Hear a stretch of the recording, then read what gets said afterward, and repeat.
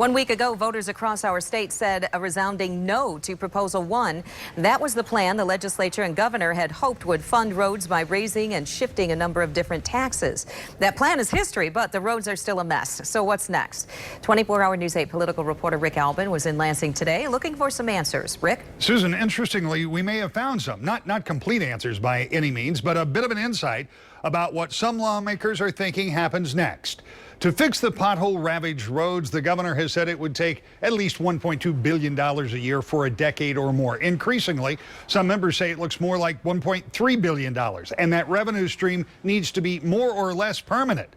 There is no plan on the table now that does that, but the chairman of the Appropriations Committee in the House says there may be some ways to generate more cash.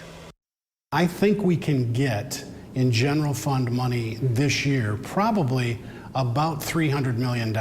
Now that's a drop in the bucket of where we need to be, but it could be a down payment on a Plan B or another proposal.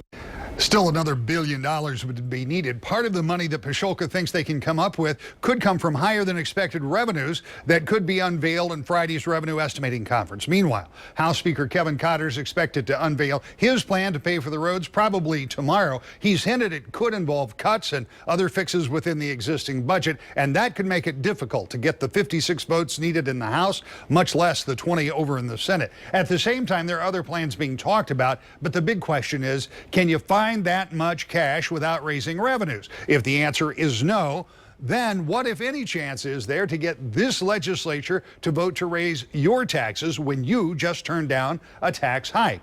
It could be a long, hot summer in Lansing. Brian?